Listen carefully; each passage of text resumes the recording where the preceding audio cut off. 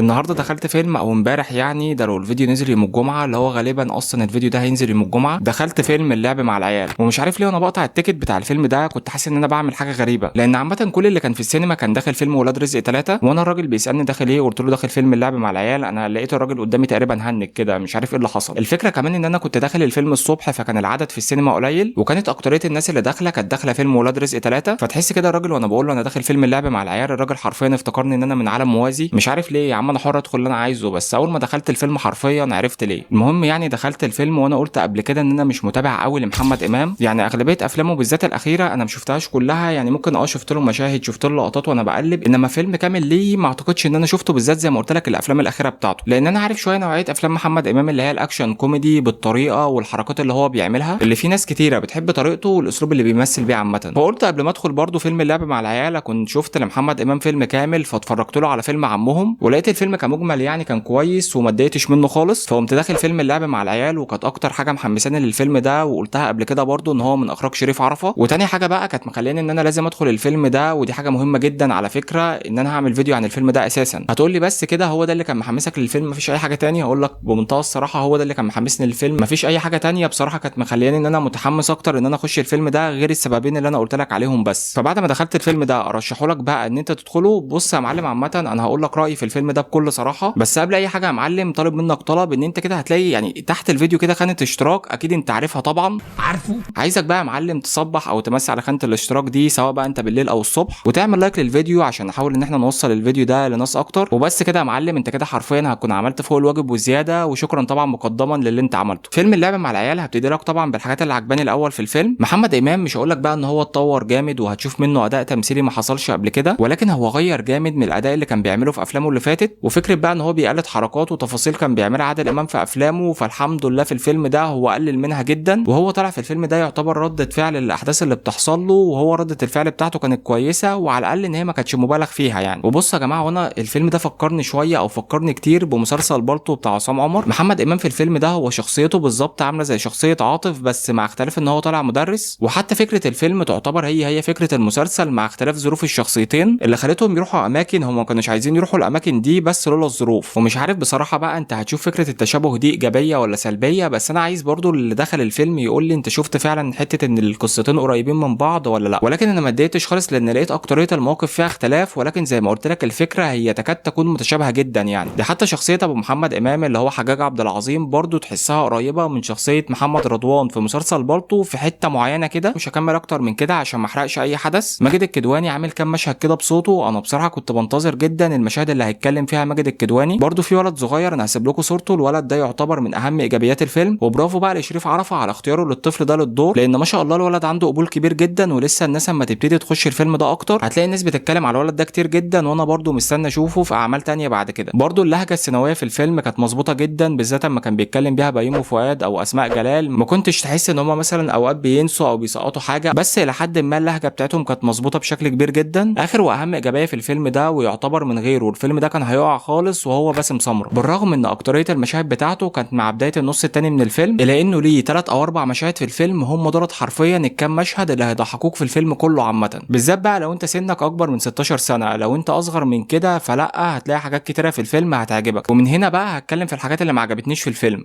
يلا بينا.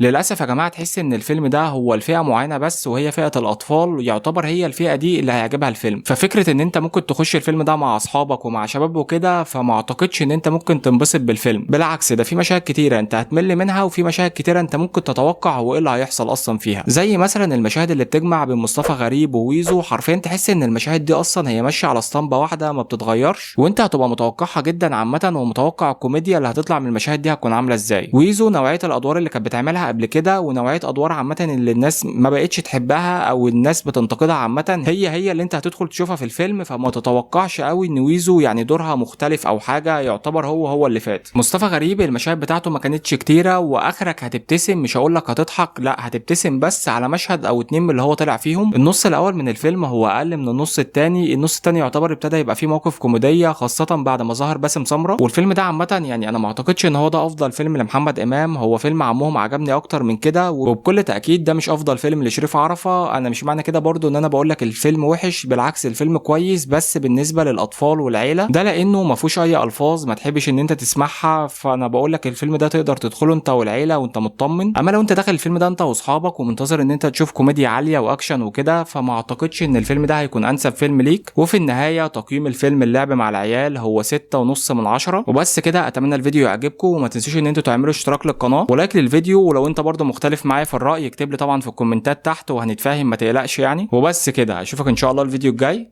سلام.